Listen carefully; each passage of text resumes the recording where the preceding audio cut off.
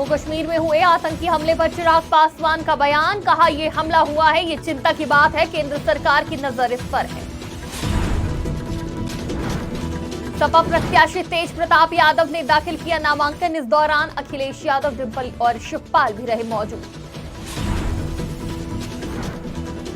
राष्ट्रीय पुलिस स्मारक पर पहुंचे गृह मंत्री अमित शाह, शहीद जवानों को अर्पित की श्रद्धांजलि।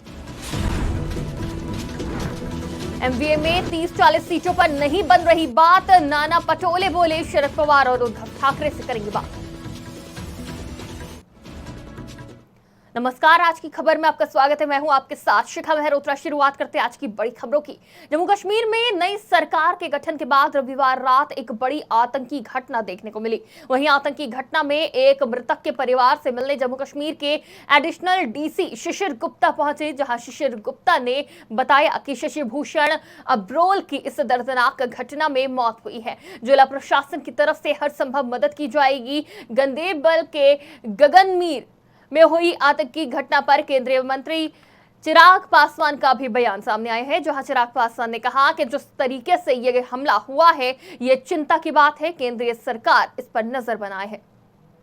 बात की है, जो भी ये दर्दनाक हादसा हुआ है, मतलब इनका लॉस जो हुआ है उसकी तो भरपाई नहीं करी जा सकती, लेकिन डिस्ट्रिक्ट एडमिनिस्ट्रेशन की तरफ से जो भी मदद होनी होगी वो की जाएगी। दूसरी बात, ये मैटर यहाँ से हम डीसी गंदेरबल से भी टेकअप कर लेंगे, डीसी साहब को, डीसी जम्मू, ठीक है। और जो भी फॉर्मेलिटीज होगी, जो भी लीगल फॉर्मेलिटीज होगी, वो फास्ट ट्रैक करके जितना जल्दी हो सकेगा उनकी बॉडी का स्टेटस और जो भी एफआईआर की कॉपी वगैरह जो भी इनको चाहिए वो अवेलेबल करवाएंगे।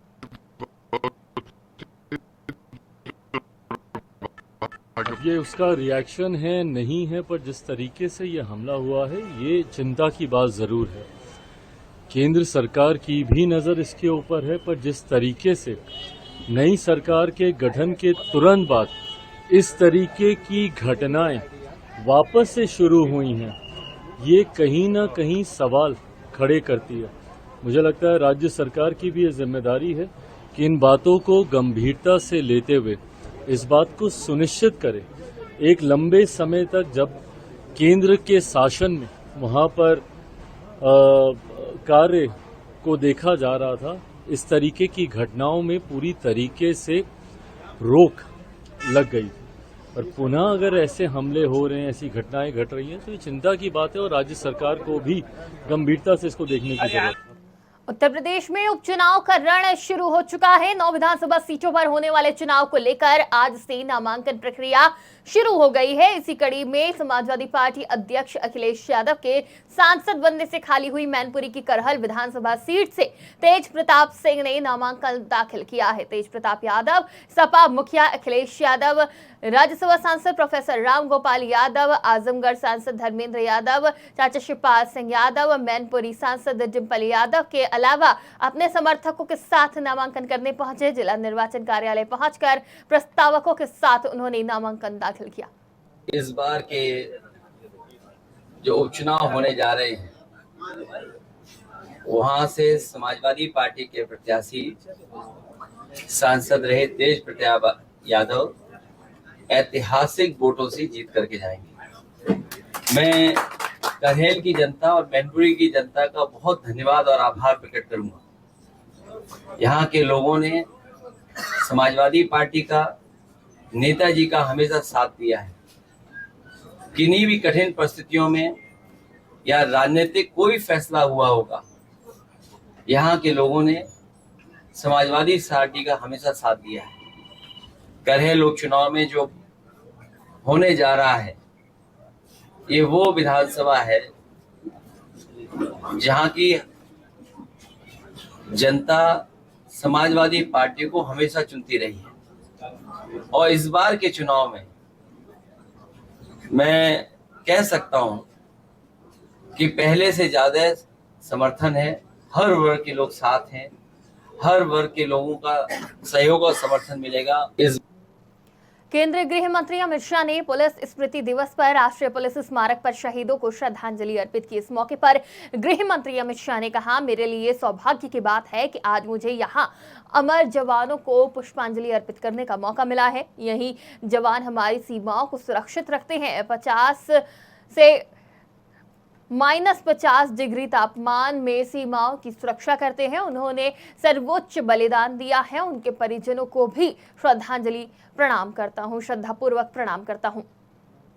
अपना सर्वोच्च बलिदान देने वाले सभी अलग अलग बल के जवानों को श्रद्धांजलि देने का कार्यक्रम आयोजित किया गया है। मेरे लिए सौभाग्य की बात है कि आज मैं यहां पर रहकर वो अमर जवानों के बलिदान की भावना को पुष्पांजलि करने का, श्रद्धांजलि देने का मुझे मौका मिला है।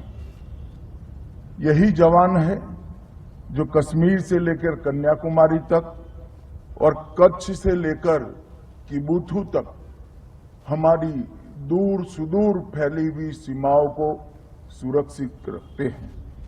यही जवान है जो दिन हो या रात, उत्सव हो या आपदा, तपती गर्मी हो, बारिश हो या शीतलहर, हम सभी की सुरक्षा के लिए अपनी ड्यूटी पर तैनात रहते हैं। -50 डिग्री टेम्परेचर से लेकर +50 डिग्री टेम्परेचर तक सीमाओं पर अड़िग रहकर देश की सीमाओं की सुरक्षा करते हैं। महाराष्ट्र विधानसभा चुनाव की सभी 288 सीटों पर 20 नवंबर को वोटिंग होनी है। इसके लिए सत्तारूढ़ गठबंधन महायुति में शामिल सबसे बड़ी पार्टी बीजेपी ने 99 सीटों पर अपने उम्मीदवारों के नाम का ऐलान कर दिया है। हालांकि विपक्षी गठबंधन महाविकास अघाड़ी यानी एमवीए के घटक दलों के बीच सीट शेयरिंग पर अभी तक बात नहीं बन पाई है। इसे लेकर महाराष्ट्र कांग्रेस प्रमुख नाना पटोले का बयान सामने आया है। नाना पटोले ने कहा, हमने आज 96 सीटों पर चर्चा की है। चर्चा में कुछ सीटें हैं, लेकिन हमने उन पर बात नहीं की है। हम कल शरद पवार और उद्धव ठाकरे से बात करेंगे। यहां तक 30-40 सीटों पर बंटवारे की समस्या है, तो हम इसका रास्ता निकालेंगे। देखो, हमने 96 सीटों पे अभी आज डिस्कशन किया है और हम लोगों ने निर्णय ले लिया है कि जो हमारी जगह अभी भी डिस्कशन में है उस पर हमने कोई चर्चा नहीं की है। और कल हम लोग दिल्ली जाकर, बम्बई जाकर वहाँ पर हम लोग शरद पवार जी हो, उद्धव जी से हो, इनसे बात करेंगे। जो कुछ 30-40 जगह का हमारा शेयरिंग प्रॉब्लम हो गया है उसमें बैठ के हम लोग रास्ता निकालेंगे।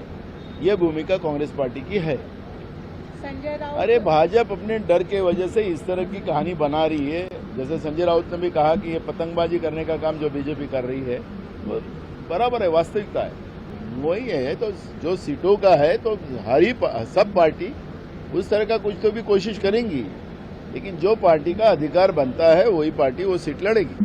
देखो, प्रधानमंत्री नरेंद्र मोदी ने पुलिस स्मृति दिवस के अवसर पर बहादुर पुलिस कर्मियों को श्रद्धांजलि अर्पित की। साथ ही उन्होंने अपने ट्विटर हैंडल पर ट्वीट करते हुए लिखा, आज पुलिस स्मृति दिवस पर हम अपने पुलिस कर्मियों की बहादुरी और बलिदान का सम्मान करते हैं। उनका अटूट समर्पण देश के नागरिकों की सुरक्षा सुनिश्चित करता है। वो साहस और दृढ़ संकल्प का उदाहरण है। मानवीय चुनौतियों के दौरान उनके सक्रिय प्रयास और सहायता भी उतनी ही सराहनीय है।